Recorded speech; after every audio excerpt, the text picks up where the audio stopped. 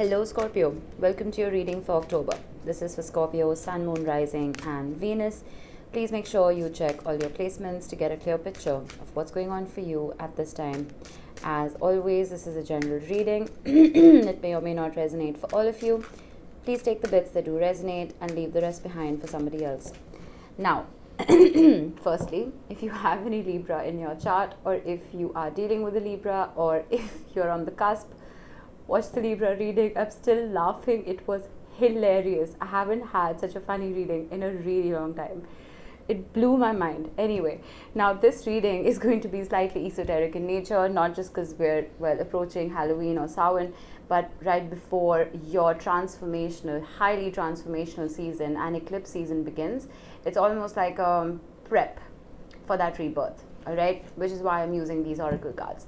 They're a little cryptic, so I will have to refer to the book, but bear with me, please. Towards the end, I'll be pulling a few charms for you as well. Make sure you stick around. Now, interesting.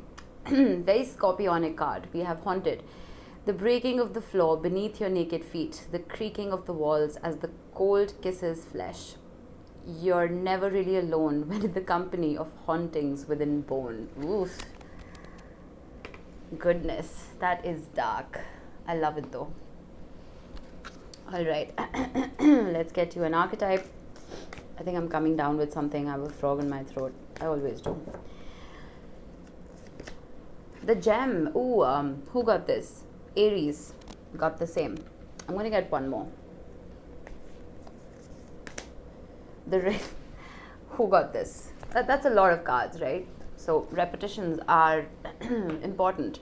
Right here, I think Taurus got the ring. Yeah, so you may be dealing with the Taurus or an Aries, or have it heavily in your chart.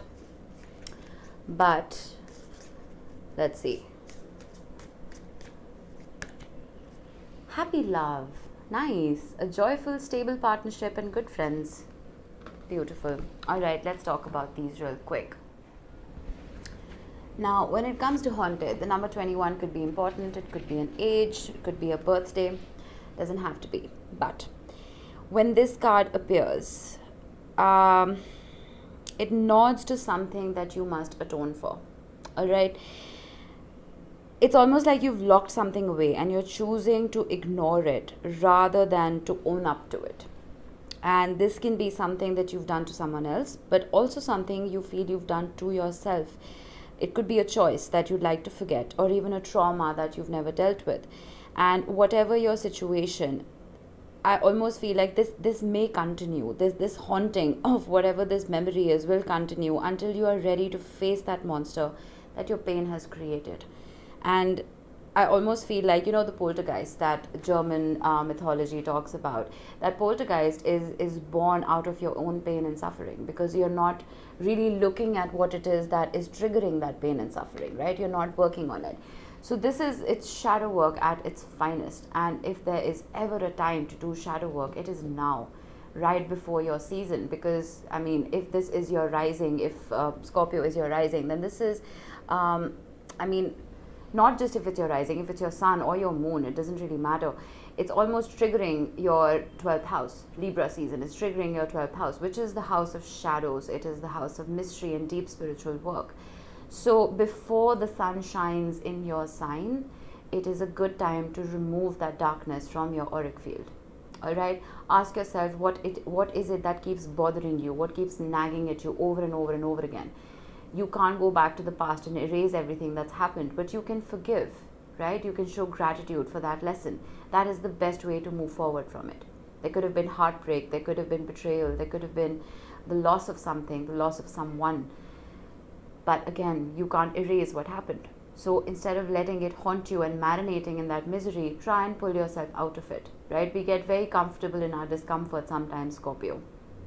And the only way to remove yourself from that situation is looking to the future, right? And realizing your present is the present and making the most of that time. Now, when it comes to the ring, now there is an elevation here, right? Look at the numbers. Now, when it comes to the gem, this talks about something being born out of pressure.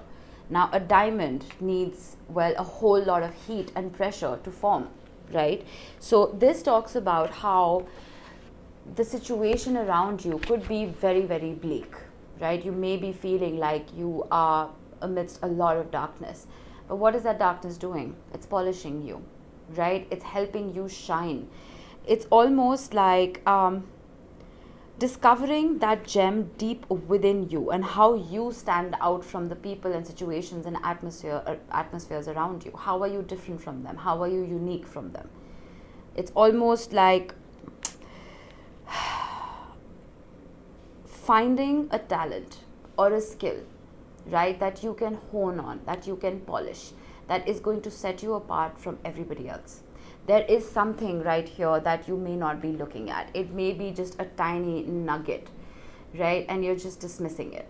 But once you start working upon it, once you start investing on that, could be a talent, a skill, it could even be a small amount of money, it could be anything. It needs to be reinvested so that it can truly polish itself into that diamond, into that gem, right? Now, when it comes to the ring, some of you may just be getting proposed to, plain and simple. But the ring talks about Arboris. It talks about the snake that eats itself, right? It's the world card. It's the beginning with an ending attached and an ending with a beginning attached to it.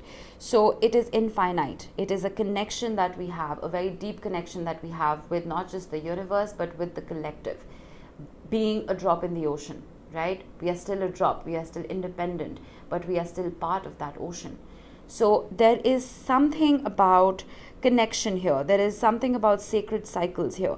It does talk about that intimate bond between two lovers, but it also talks about that bond between micro and macro and deepening that connection with yourself and other people at the same time. So there is something about elevation here. There's something about graduation and ascension here.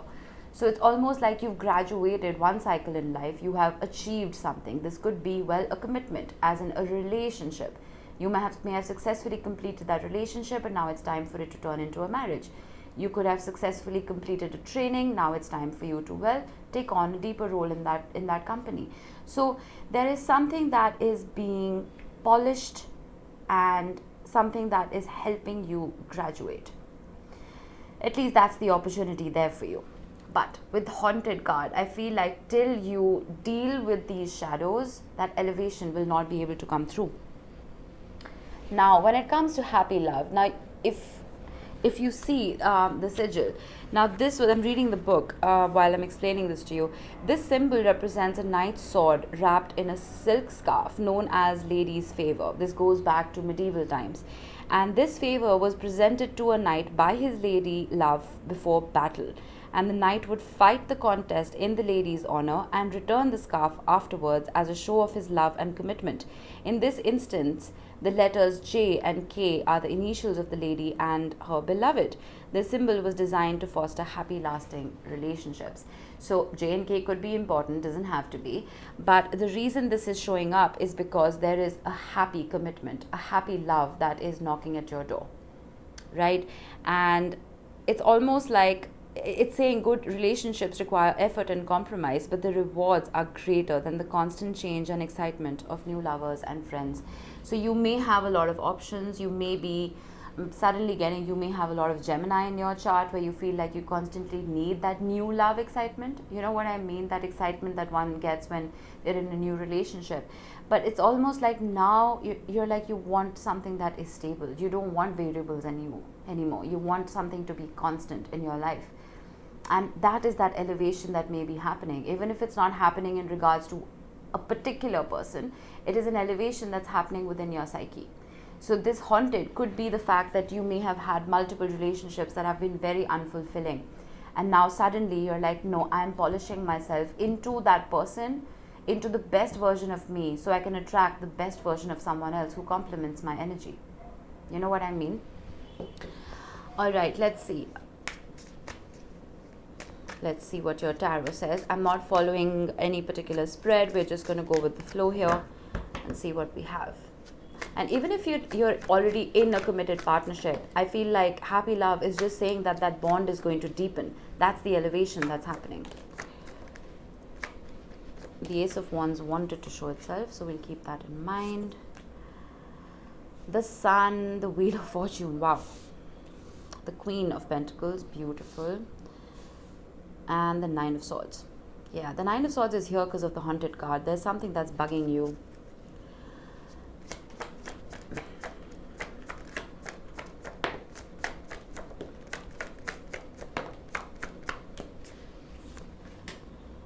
Five of Cups, the Ten of Cups, beautiful, Page of Swords, King of Cups.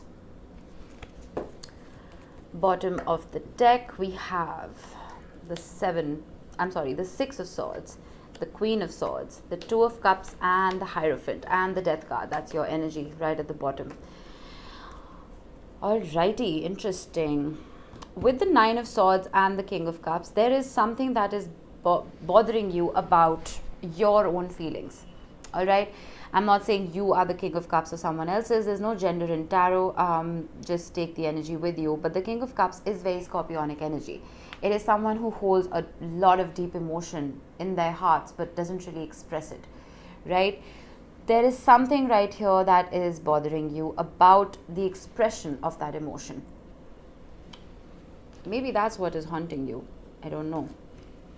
Nine of Pentacles. I'm almost feeling like a part of you wants to stay single, a part of you wants your freedom, a part of you just wants to, well, not be tied down to anything or anyone. But then again, there is love here. The Five of Pentacles. Yeah, okay, I get it. You're keeping yourself out in the cold. You're not allowing people to reach that deep part of your soul. You're not allowing people to touch your heart. It could be because of something that happened in the past. It is possible. But there's a wall around you. I'm surprised the Eight of Swords isn't here. Like attracts like, Scorpio. I feel like if you're going to sit in this energy of, well, I want love, but then I want freedom, you're going to stay out in the cold. You need to be able to resolve to the idea of commitment. You need to be able to get used to the idea of sharing your life with someone else.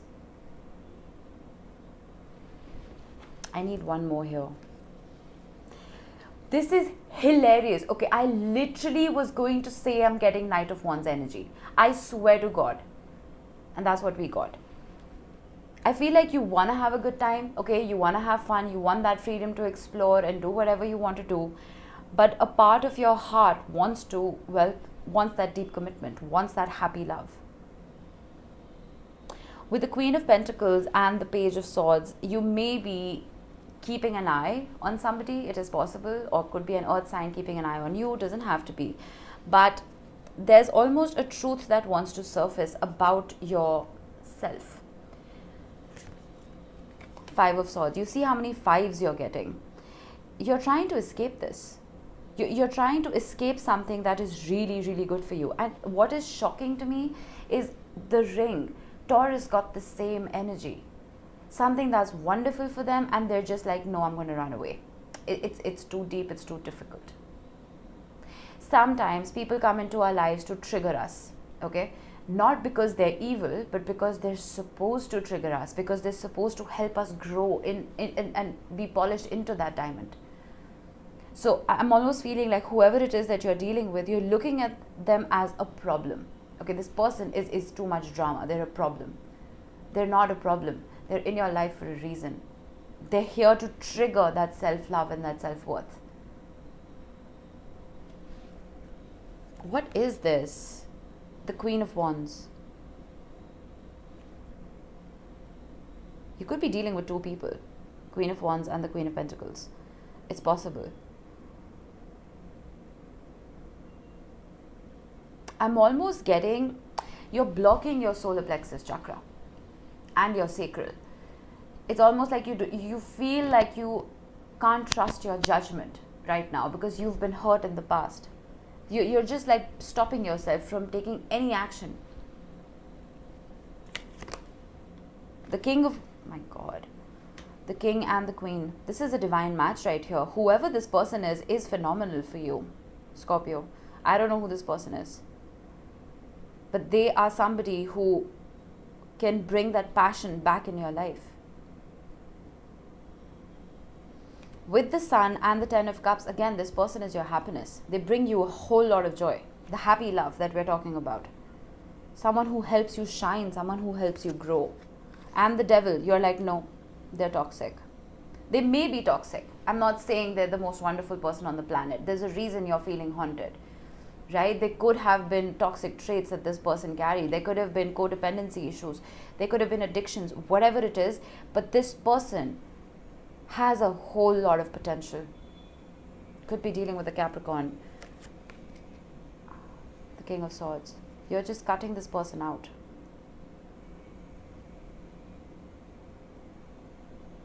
What is going on?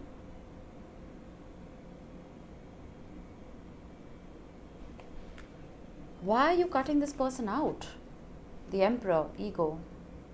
Okay, this could flip, right? Energies can be reversed. It's possible there's someone else who's doing this to you, but I'm strongly getting it is you.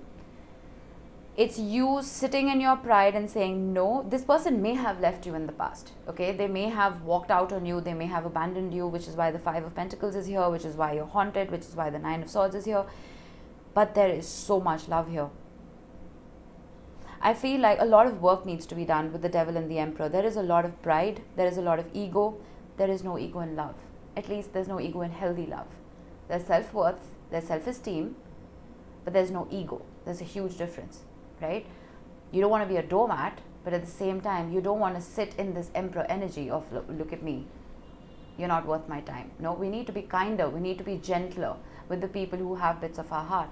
So I almost feel like you need to do the work. And so does this person, if there's any cross-watcher watching. Instead of just cutting people out, I feel like this is not one of those situations where you're just like, no, this is done, out. There is potential here. There's something that needs to be worked upon. And once it is worked upon, my goodness, it can shine. And how? With the Wheel of Fortune and the Five of Cups, there is a change. The universe wants to come in, Ace of Swords. The universe wants to come in with some kind of truth, because I feel like you're just sitting in your feels right now. You're just really sad about something. Five of Swords, Five of Cups, Five of Pentacles. You're throwing yourself a little pity party. I do not sugarcoat my readings. If this is not your reading, it's not your reading. But whoever it is that this is resonating for is in a pretty dark place. I'm glad you're in a dark place because it's polishing you. It's making you shine eventually. But the universe wants to bring in some kind of truth. Normally, the Ace of Swords can be a very brutal looking card, but you see the flowers. That's one of the most beautiful Aces of Swords I've ever seen. There is a beautiful truth that wants to come in. That will get you out of this Five of Cups energy. Now, if you are familiar with the original Rider-Waite, the Five of Cups in there has a man who is, well, it's a hooded figure. He's grieving. He's sad. Okay, he's crying over 3 spilled cups, but he's not looking behind him. And there are 2 cups standing very full and upright. You have the Two of Cups. So this could mean 2 things. It's possible that if this has been a difficult relationship, you are just looking at the faults. You're looking at the bad memories. You're not looking at the good things, the good times. Or you are just focusing on past resentment in your past relationships. And you are almost putting that template on this relationship, on the current one. And you're like, no, this is also going to fail. But the universe has a plan. There's something coming in. The Ten of Swords, yeah. The Ten of Swords resets to an ace, my friend. You have both right on top of each other. Whatever you thought was dead, done, over with, isn't. I don't know if this is an ex resurfacing for some of you. It could be. It could very well be. But it's almost like, when you feed too much information into a computer, it shuts down, right? But then it restarts. This is a restart. You're eliminating all those cookies. You're clearing your caches. And you're starting with a fresh, clean slate. And the universe wants to bring this about for you. I don't know how this is going to manifest in your reality, but with your beautiful oracle cards, I wouldn't be surprised if it comes in super quickly. Right here, we have the Six of Swords and we have the Queen of Wands. Now, again, with the we had the King of Wands, right? Somewhere we did have the King of Wands. Yeah, we had the King of Wands and we have the Queen of Wands. We have the King of Swords and the Queen of Swords all together, right? So there is a divine match right here, and I feel like you are mirroring somebody's energy. There is someone who is behaving exactly how you are because they are feeling exactly how you are. It's almost like you block me, I block you. There's that pride, there's that ego. I feel like there is a whole lot of depth in this connection, but the two of you aren't really looking at it because the mind is overtaking this relationship. The Six of Swords wants to help you move on to calmer waters. It wants to help you move on from this chaos. You did have the Five of Swords, and now there's an elevation to the Six. Allow this safe passage from discontentment to fulfillment. I feel like you're the only one who's standing in the way of it because your mind is overplaying everything. With the Hierophant and the Two of Cups, this is a higher level of commitment. This is two people coming together with two Aces of Cups in their hands, wanting to match frequencies. The Hierophant is a spiritual connection. It is an elevation. It is a promotion. Why is the Death card here? Transformation. This is not going to, we pick up where we left off. No, it's not going to be like that. It is going to be a brand new relationship. Whether, again, it's someone coming back in or it is something brand new and you showing up as a very different kind of lover. There is a transformation happening. And please, please allow it. Don't sit in this misery. Let the universe do its thing. It wants to do its thing. It wants to bring about a reset. Like attracts like. Misery attracts misery. I'm not asking you to be fakely optimistic. I'm just asking you to show gratitude for everything that you have and see how much more pours in. All right, let's get you a few charms to close this off. We have a broken heart. I mean, that's been pretty obvious throughout this reading.